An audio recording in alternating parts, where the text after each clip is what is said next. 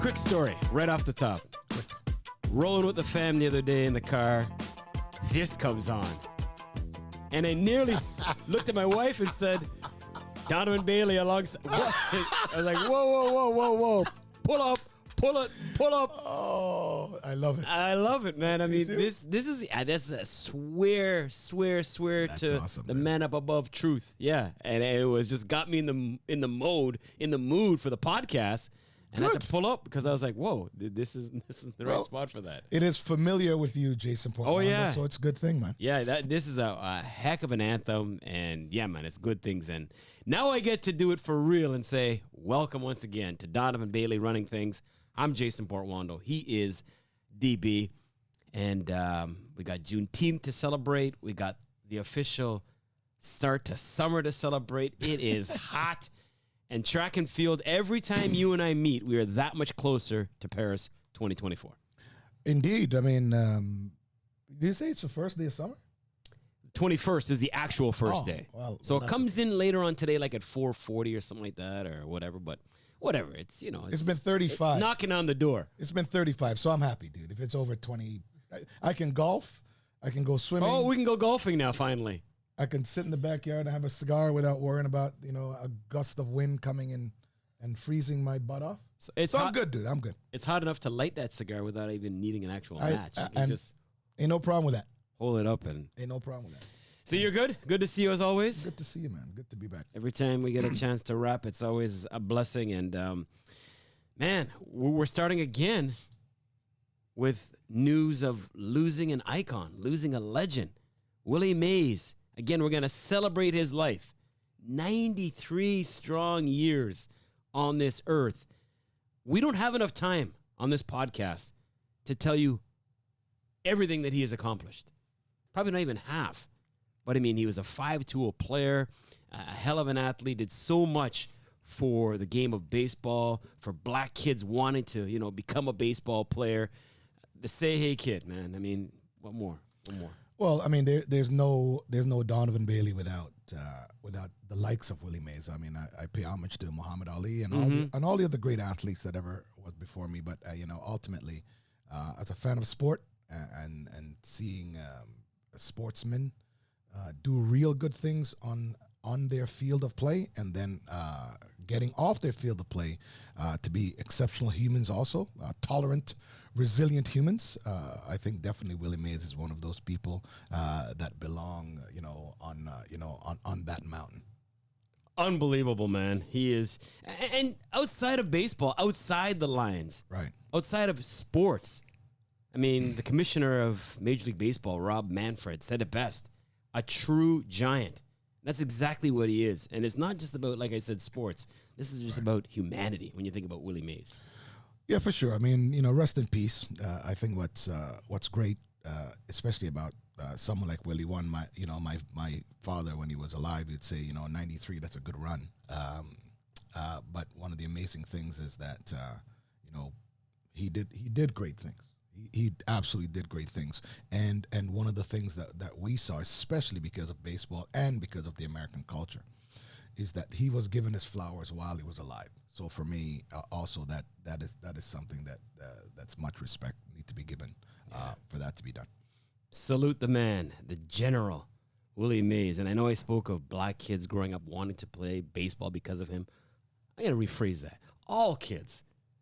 So many kids, watched him do his thing. But we talked about him being a 5-tool player, Right. The glove, the arm, the batting, the running. He did it all. And his defense out in the field, I can still picture him making that over-the-shoulder basket catch. I mean, he started that. Well, you're certainly a journalist here, and you're the stats guy, and for me, all those things mean a lot. But yeah, I mean, obviously, Willie Mays is not just about Jason. I mean, I don't think anyone will, is going to criticize you for saying black kids. I mean, ultimately, with every kid out there, you want to aspire to do what your heroes do, and so yes, the first thing that you're going to do with someone like that, with such an incredible platform, is look at the other black people or black kids that he influenced. But certainly, it's a sport is a sport, and you're always going to find kids that's going to like an athlete just because they're a great athlete. And Exactly. he was certainly one of those people. So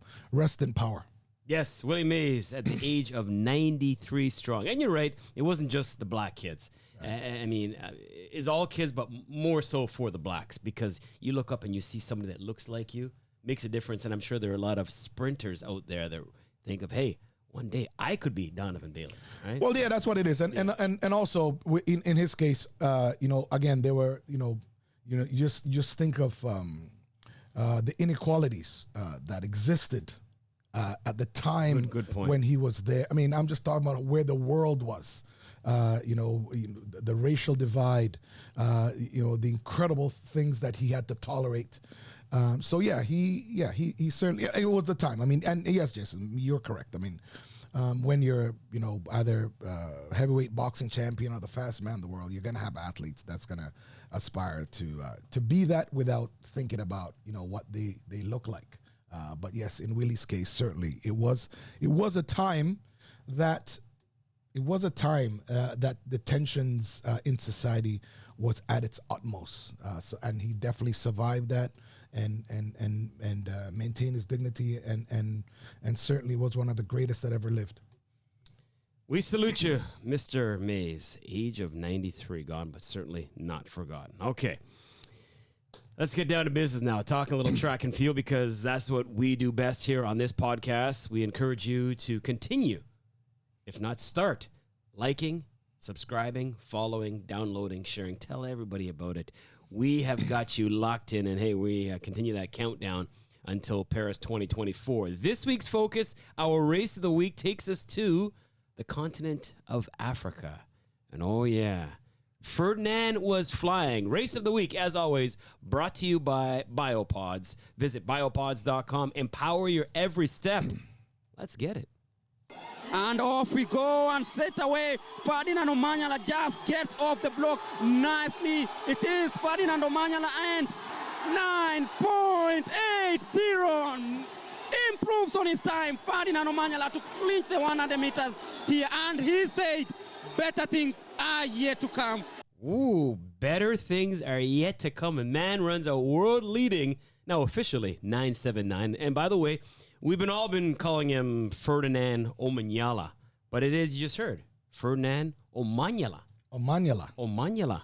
Okay, well, I'm gonna I'm gonna apologize before I even start because Me too. Because I'm certain I see it and clearly in my dialect I'm gonna say Omanyala. Okay. This is definitely not disrespect to Ferdinand, but I mean, hey. Because I have huge expectations of him also. But yeah, amazing run, Ferdinand. This is incredible. Albeit at altitude, it was it was at home in Kenya. It's also the trials, and he really wasn't tested in the race. But the time is the time. One of the things I've said to you all year, Jason, is that. Ferdinand has not, now I don't want to say his last name, Omanyala. That's how I say it. Okay. Anyways, Ferdinand has been, in years past, obviously what his training has done is allowed him to be extremely fast at the start of the year. And what I've liked about what he's doing this year, he's adjusted. So it's very clear that one, we knew that he could run, he's capable of running as fast as he did. But now he's ramping up and getting ready for the Olympics, which is probably about 4 weeks, 6 weeks, 5 weeks away. The finals is about we'll see about approximately a month out. So one again, it's at altitude. Ferdinand had no stress on his body, so he could run freely.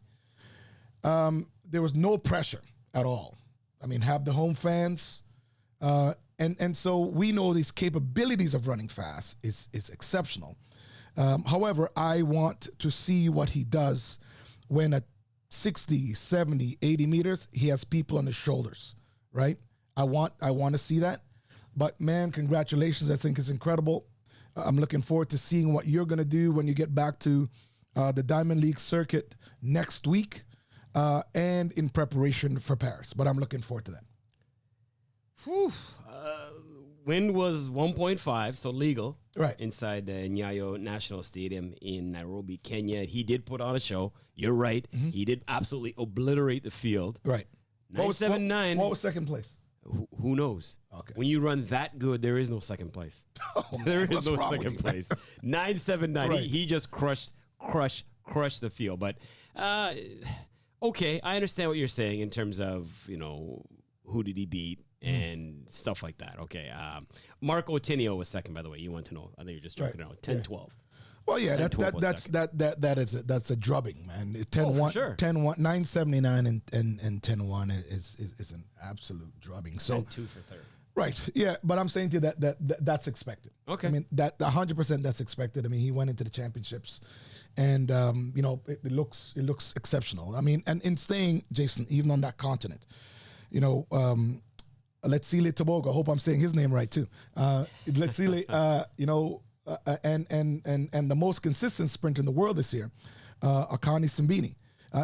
It's funny, me as an insider or me knowing what I'm talking about. It looks like, or it could be. I mean, I know that the possibilities are very, very small, but imagine if the continent of Africa swept Paris, Jason. Imagine that, because the three people I just mentioned have the possibilities of running fast. And again, in Paris, like 30 odd years ago or before, if you run 9.8, you can win the Olympic Games. And that's the time, that's the target time. Personally, for me, looking in from the outside and also knowing it from doing it myself. But imagine that you have those three incredible sprinters from the continent of Africa, going out and being 1, 2, 3. Imagine what it would do for those young kids on the entire continent, man. I think that would be incredible. I'm looking forward to see what Letsile does. Like I said, Simbini has been the most consistent 100-meter guy this year, right? I mean, obviously has not ran as fast as Ferdinand, has not ran as fast as Oblique Seville, or Noah Lyles, but he's been the most consistent guy, and he's beaten guys head-to-head. So it's clear that he's ready.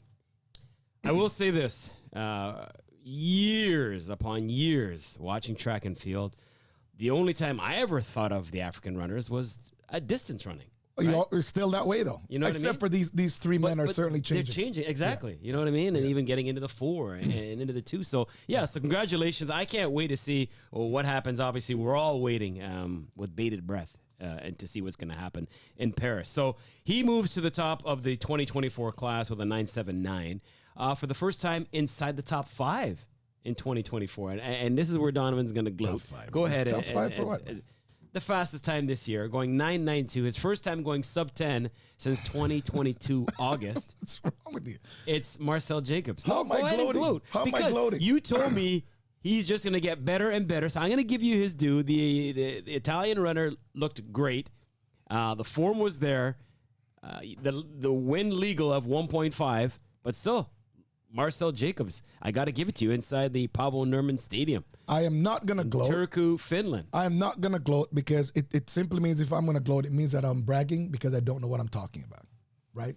I'm saying to you that Marcell Jacobs has the physical tools to repeat as Olympic champion.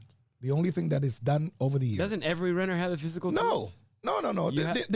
They're guys that have the physical tools, but they have to execute. Right. They have to execute on that day precisely, or they have no chance. I'm saying to you that this guy can make mistakes and still win, right?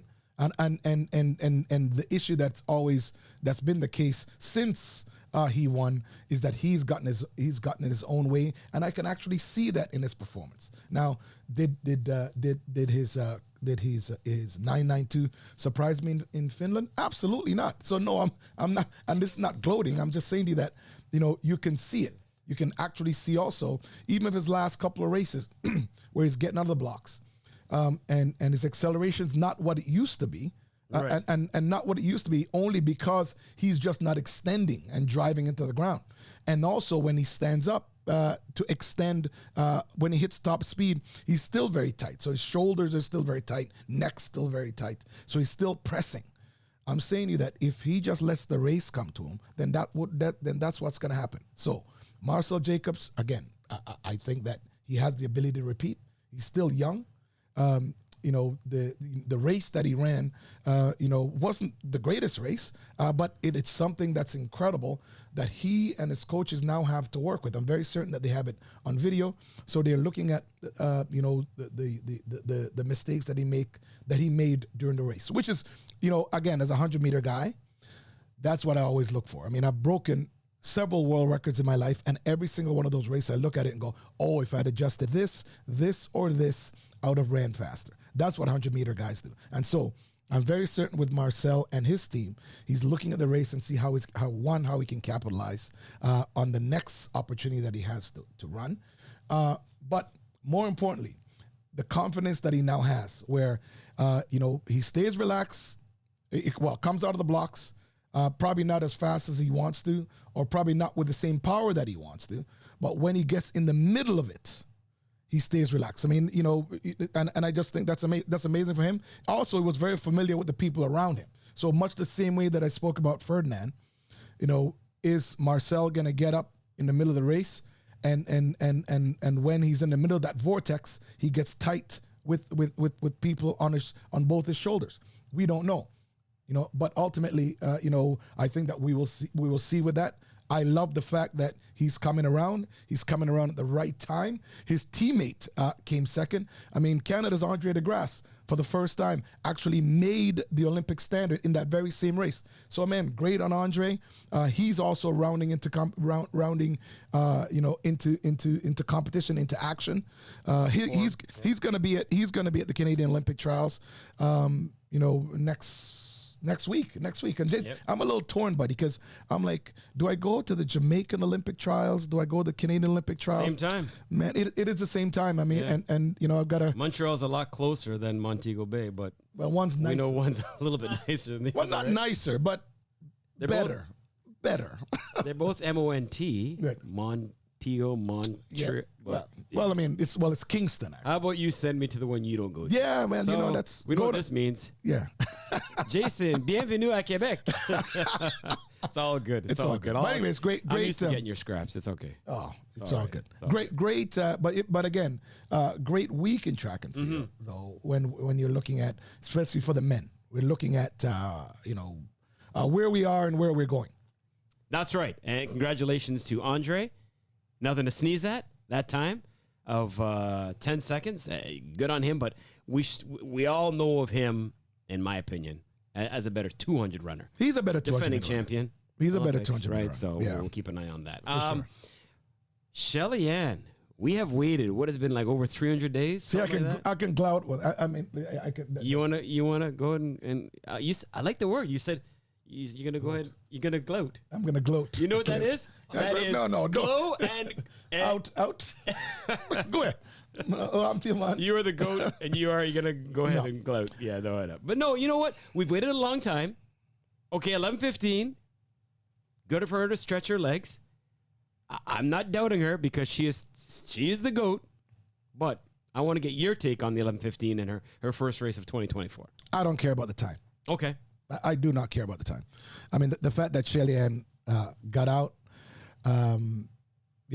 obviously watching it, you know that there's race rust because she hasn't raced. Right. I mean, she's been practicing. But I think that it's not going to take that many races for her to get back to world-class shape. Shelly-Ann Fraser-Pryce has never showed up to the track thinking that she's second best to anyone. So I think that her individual confidence and the confidence maybe of her fans and the people that support her has allowed her to continue to do incredible things and put her in a place where she can show us exactly what she can do.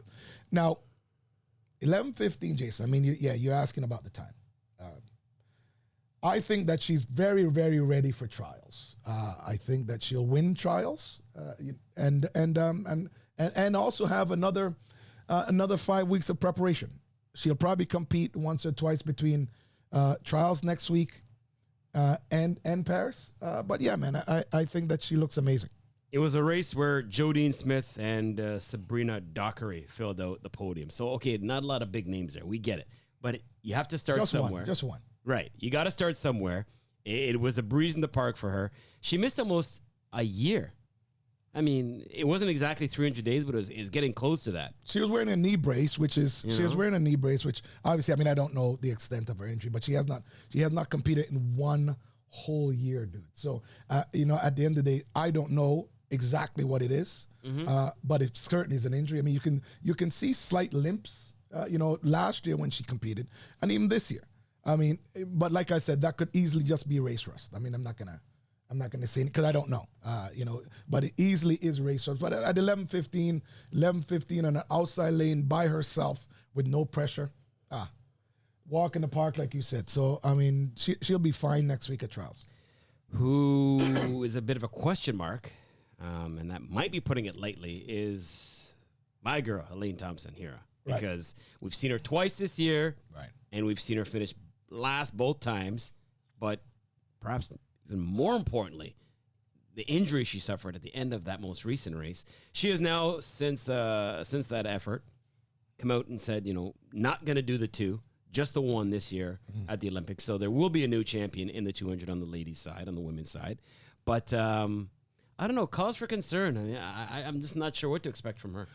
Well, with Elaine, we don't know if it's a new injury, or we don't know if it's an injury that has not been properly healed. So again, I don't know either. Yes, Jason, she did say that she's going to pull out of the 200 meters at trials next week in Kingston. But yeah, man, I don't know. It's serious question mark. I think the issue has been that over the past year. I mean, Elaine, every time you see her warming up, or even you see her getting out of the blocks, she looks like she's physically ready, right? I mean, but I also don't know, I mean, mentally and psychologically, if she's prepared to run, 10:54 or 10:06 or 10:07, like whatever the time's going to take to win in Paris. I don't know. I mean, obviously, I'm a fan, but I'm also an observer. So I don't know if. I mean, again, there's some incredible doctors around the planet, and I'm sure that with Elaine or Elaine's team, one phone call to those incredible people, and she should be able to get ahead of the pack, get ahead of any line that those doctors have. So hopefully, she's ready. I mean, the number one thing, nobody gets, you don't get granted a seat. In the finals at the Olympic Games, and that's what makes it the Olympic Games. That's why when you win that, or when you break world records here, you are the greatest of the greatest. So for Elaine, hopefully she is physically and mentally and psychologically prepared to make the team, because that's what happens. You have to make the team next week in order to go to Paris. Shelly-Ann is the GOAT, but Elaine not far behind. I mean, Elaine's the fastest woman ever to defend the 1-2 for the ladies. So obviously that's not going to happen again. But very interested to see what happens at those trials. US trials. We got to talk about that too, because that's right around the corner, a lot closer, starting up tomorrow. Start of summertime, and big news for one Erriyon Knighton, a name we haven't mentioned in a long time. But he's gotten the green flag. He's good to go after what we thought were some failed tests. Right. Everything's all good. Well, that's what happens. I mean, I think that everyone's been, we spoke earlier about Shelly-Ann and the anticipation of her competing. Right. But I think that Jason, because of how good and how great Erriyon has been in the last few years. We expected him to be dropping some incredible times from April onwards, and we didn't hear anything from him. And usually it's exactly what we suspect. There was a failed drug test. Now he's been cleared. Right. He's going to trials. He's been cleared to compete, and from now on, so again, that's good. He's abiding by the rules, and it's going to be real interesting, dude. I mean, it's going to be tough for him though, because I'm just saying, he's got to run 19.7 or 19.8 to make the team in the U.S. To make the 200-meter team, because that team, the men's team and the women's team. I mean, the women's team is probably not going to be as tough, but the men's team in the U.S., the men's sprint team, the 1 and the 2, are going to be like incredible. You know, when you look at again, congratulations to Erriyon. I mean, good that he's competing, but don't know if he's running the one. But certainly Deuce is going to be tough. I mean, you've got the reigning champion Noah Lyles. He's expected to not only win the trials, but win in Paris. But when you drop it down to the 100 meters, you think about all the guys that are capable of running as fast as Noah Lyles now. You probably have, I mean, I could probably quickly name off, 5, 6, 7, 8 guys that have the possibilities of running, we'll say 990, because 990, between 985 and 990. I mean, that's how fast Noah has gone. But when you think about, Kristen Coleman, Fred Curley, Kyrie King. It goes on and on and on. Marvin Bracey. Jesus. I mean, anyways, I can name. I can name too. He's in there too. Absolutely. They beating Jesus. Hey, whatever, dude. Courtney Lindsay. Courtney Lindsay. Yeah, you just gotta help me out with these things. Yeah. So I mean, Kenny Bednarek. Oh man, I haven't mentioned him. I haven't mentioned him. But that's what I'm saying. But I'm saying to you, you've got that might be better than the Olympics. I keep saying that though. The Olympics is, well, I don't know about better than, but it's, I mean, because usually the U.S. trials, it's like overall the top 8 people in the field have the capabilities of winning. The U.S. could have their own Olympics. Who would watch it? The Americans. Who would watch it? But just to go back with Knight, by the way, because it was a failed test, but it was proved apparently to be a metabolite of trenbolone, which they said is more likely to have come from contaminated meat than anything. Well, I skipped over all that is because you're the journalist. And but I'm just saying it wasn't anything nefarious. Let's just put it that way. Right? Yeah, there's nothing. I mean, that's what the arbitrator said. Right. I'm someone that if an athlete is intentionally taking something, then you should just ban them. That's just how it is. However, people make mistakes, and that's also one of the craziest things about track and field is that, unfortunately or fortunately, you have to be that disciplined that anything you put in your body, you must know, right? Yeah. And so it is what it is. And my God, I mean, yes, people. It comes down to what you eat, what you drink, what lotion you put on your body. Yeah. So yes, so that's allergy medication. That is our sport. Exactly. Yeah. It's so tough. So I'm glad that this kid. It's been proven that he wasn't intentionally doing anything, and so he can get on now and go and compete. It's awesome. Speaking of being a kid, I know he's a kid to us because of our age, but he was a kid when he started out back in, I think it was 2021 when he became the youngest ever to qualify. He was 17. Right. So he's been around a long time. 3 years. That's crazy. He's now 20. Yeah. Wow. But I mean, I'm just saying, like, it feels like he's been around for like tens of years. Right. And he's still, you're right. He's still a young man. Yeah. But anyways. He's still a rookie. Oh, for sure. But yeah, I mean, and on the women's side too, I mean, Sydney's come out and said she's only going to do the 400 hurdles. But that's expected. Yeah. Well, that's expected.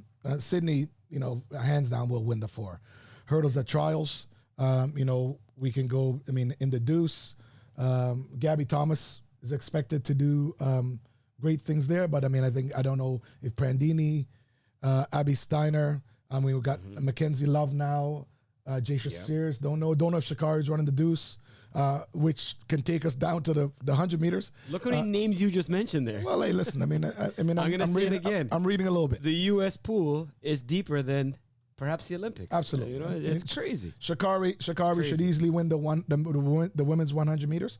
But again, with Mackenzie Love and with the young, Tamari, some of the young athletes, TT? some of the TT Terry, you have some of the young athletes coming up. I mean, first of all, the U.S. trials is a must-watch, everybody. It's a must-watch regardless of who you are loyal to or who you're supporting.